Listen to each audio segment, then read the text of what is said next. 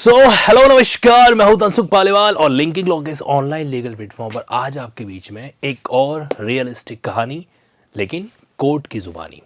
ये थंबनेल आपको बड़ा ही अजीबोगरीब लग रहा होगा ना कि बाहर वाली अब नहीं बच पाएगी, स्पाउस लवर के खिलाफ भी हो सकता है केस। लेकिन जब आज के इस जमाने में आप इसके तह में जाते हैं तो कई सारी चीजें आपको देखने को मिलती है। ये कहानी है शैली और भानुश्री की, एक रियल टाइम कहानी जो आपको सुननी ही चाहिए। शैली एक हाउसवाइफ है, पति के साथ में और अपने बच्चों के साथ में अपने परिवार अपनी जिंदगी को जीने वाली एक हाउसवाइफ।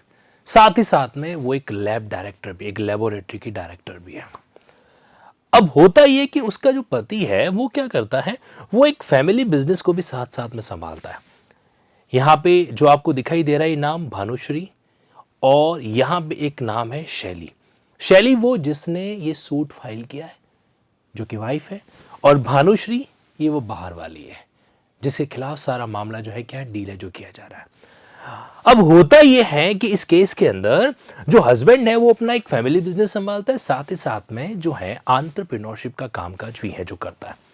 तो वो साथ साथ में कोई जॉइंट वेंचर चला रहा होगा।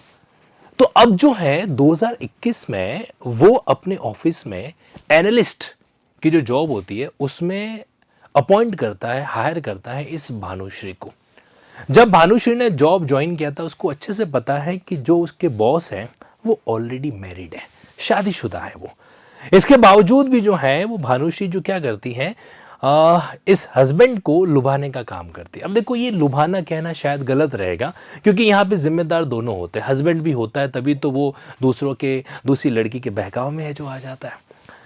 तो भानुश्री जो है इसको एक तरीके से इस वे में जाके उसको प्रोवोक कर देती है कि कहीं के उसके हस्बैंड के माइंड में ये चीज सेट कर दी जाती है कि तुम्हें तुम्हारी पत्नी को छोड़ देना चाहिए।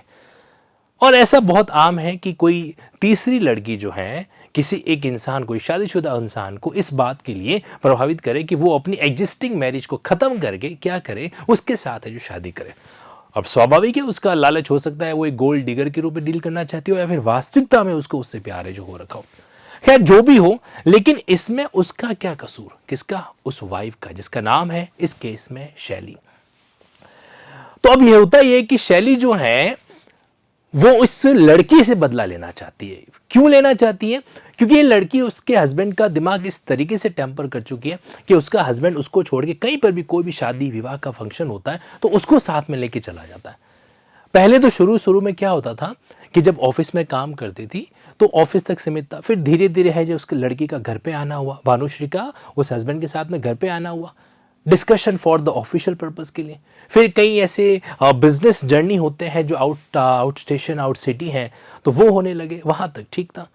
लेकिन फिर एक दिन जो है हस्बैंड के वाइफ जो है वो क्या कर देती है, उनकी कोई इस तरीके की इंटीमेसी की कन्वर्सेशन जो है वो सुन लेती है, फिर अपने फैमिली वालों को इकट्ठा करती है, बातचीत होती है। और जब हस्बैंड को पता चलता है कि सारा मामला जो है वो फूट चुका है, तो हस्बैंड खुलेआम एक बात कह देता है। वो कहता है कि ऐसा है कि हस्बैंड होने से पहले मैं एक आदमी हूं, मैं एक इंसान हूं, और मुझे मेरी जिंदगी पे, मुझे मेरी बॉडी पे अधिकार है।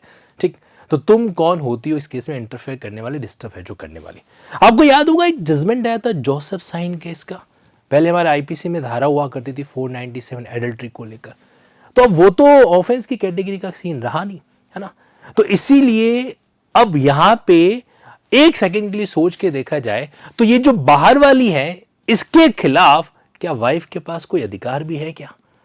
सामान्य रूप से हमारे देश के कानून में इसके खिलाफ ऐसा कोई भी सीधा अधिकार है ही नहीं। देश में पहली बार मैं आपको बताना चाहूंगा कि सुप्रीम कोर्ट के सामने एक ऐसा मैटर आया था जब सुप्रीम कोर्ट ने एक नया वर्ड है जो इस्तेमाल किया। मैं वो वर्ड आपके सामने जरूर मेंशन है जो करना चाहूंगा, और उससे पहले आप जरा यहां पर इस पॉइंट ऑफ व्यू के अंदर आइए। देखिए, केरला हाई कोर्ट हो गया, जोसेफ साइन का जजमेंट हो गया, वो तो अपनी जगह पर है ही, लेकिन फर्स्ट टाइम जो है सुप्रीम कोर्ट ने ये वाला मामला था 2013 का, Pinakin Mahipatra versus state of Gujarat. ये एक मैटर था जिसमें सुप्रीम कोर्ट ने एओए, ध्यान से सुनिएगा, यही वो तकनीकी शब्द है जो आज के जमाने में हर वाइफ को पता होना चाहिए। इस वर्ड की फुल फॉर्म है एलिनिएशन ऑफ अफेक्शन। मतलब आपका जो अफेक्शन होना चाहिए आपकी स्पाउस से, देखो इस केस को है ना उल्टा भी इस्तेमाल किया जा सकता है। अगर कोई आदमी आपकी वाइफ को इस तरह से बहलाने फुसलाने का काम करे और आपकी शादीशुदा जिंदगी की ऐसी तैसी करे, तो उस केस में ये सेम चीज आप भी प्रोसीडिंग में क्या कर सकते हो, अप्लाई है जो कर सकते हो। तो बाहर वाली और बाहर वाला इन दोनों का जो काम है वो आज के इस केस के अंदर तमाम किया जा सकता है। ध्यान से सुनिएगा। तो AOA एलिनेशन ऑफ अफेक्शन, तो ये एक नया शब्द है जो इस्तेमाल किया गया था इस वाले केस में। महिपात्र वर्सेस गुजरात वाला मामला था और ये मामला कब का है, ये 2013 का सुप्रीम कोर्ट का निर्णय है। ठीक, तो अब क्या होता है कि इस केस के अंदर जो है ये भानुश्री जो है वो धीरे धीरे उसके हस्बैंड के प्रति अट्रैक्ट होने लगती है और हस्बैंड को अपने प्रति अट्रैक्ट है जो कर लेती है। और नतीजा जो है उसका हस्बैंड शैली के खिलाफ हिंदू मैरिज एक्ट के सेक्शन 13 में एक डाइवोर्स पिटीशन है जो फाइल कर देता है। वो डाइवोर्स पिटीशन पेंडिंग है। मीनवाइल शैली यानी कि वाइफ जो है वो इस भानुश्री के खिलाफ में डैमेजेस का एक सूट फाइल करती है। आप सोचो, इमेजिन करो, मतलब बाहर वाली के खिलाफ डैमेजेस का सूट फाइल करना। अब बाहर वाली का वकील कोर्ट में कहता है कि साहब मेरी जो क्लाइंट है इसका तो कोई कनेक्शन ही नहीं, कोई लीगल ऑब्लिगेशन ही नहीं है। और रही बात शादीशुदा इंसान हो या फिर गैर विवाहित इंसान हो, अनमैरिड पर्सन क्यों ना हो, अगर एडल्ट है तो अपनी कंसेंट से वो कुछ भी करे। कोई ऐसा देश का लॉ नहीं है जो किसी एडल्ट पर्सन को इस तरह की कंसेंचुअल एक्टिविटी से रोके। ठीक है, आपको लगता है कि उसने illicit intercourse outside marriage extra marital affair अगर किया है तो आप उसके आधार पर डाइवोर्स ले लीजिए। और वाइफ डाइवोर्स लेना चाहती नहीं है तो और तो उसके पास कोई रेमेडी नहीं है। हस्बैंड से डाइवोर्स लेने के अलावा उस वाइफ के पास में कोई दूसरा रेमेडी नहीं है आज के कानून के अंदर। अब रही बात भानुश्री की, वो कह रहा है भानुश्री की कोई लीगल ऑब्लिगेशन नहीं है, ना ही कोई ऐसा कोई कॉन्ट्रैक्ट हुआ है, ना ही कोई चीज है, लव अफेक्शन ये तो किसी के साथ हो सकता है। अब यहां पे वाइफ का मामला जो है वो फंस गया कि क्या किया जाए। इस केस में सुप्रीम कोर्ट ने जो मैंने आपको जजमेंट बताया इसके साथ साथ एक बात कही कि अगर कोई भी आपके अफेक्शनेट रिलेशन को क्या करता है, एलिनेट करता है, संक्रमित है जो करता है ना, तो आप उसके खिलाफ कंपेंसेशन का, डैमेजेस का मामला है जो फाइल कर सकते हो। अब इस केस में मेरिट क्या है, ये भानुश्री वाकई में जिम्मेदार है कि नहीं है, ये कोर्ट ने डिसाइड नहीं किया है। कोर्ट ने ये डिसाइड किया है कि ऐसे मामले इंस्टीट्यूट किए जा सकेंगे। आपको याद है एक मूवी आई थी ओ माई गॉड, उस ओ माई गॉड मूवी के अंदर परेश रावल ने कैरेक्टर प्ले किया था जिसमें वो भगवान के खिलाफ सूट है जो फाइल करता है। तो जैसे ही भगवान के खिलाफ सूट इंस्टीट्यूट हुआ ना तो एक बड़ा तहलका मचा, है ना, और फिर इस तरह से समन है जो जारी की कि सारे मंदिर टेम्पल्स वगैरह को। ठीक उसी तरीके से यहां पे इस केस के अंदर अब बाहर वाली और बाहर वाले के खिलाफ भी क्या किया जा सकता है, समन है जो जारी की जा सकती है। यानी कि कहीं कहीं मैट्रिमोनियल रिलेशन को बचाने का एक अपने आप में कानूनी तिगड़म जो है वो आपके सामने इस केस के अंदर आपको देखने को मिल सकता है।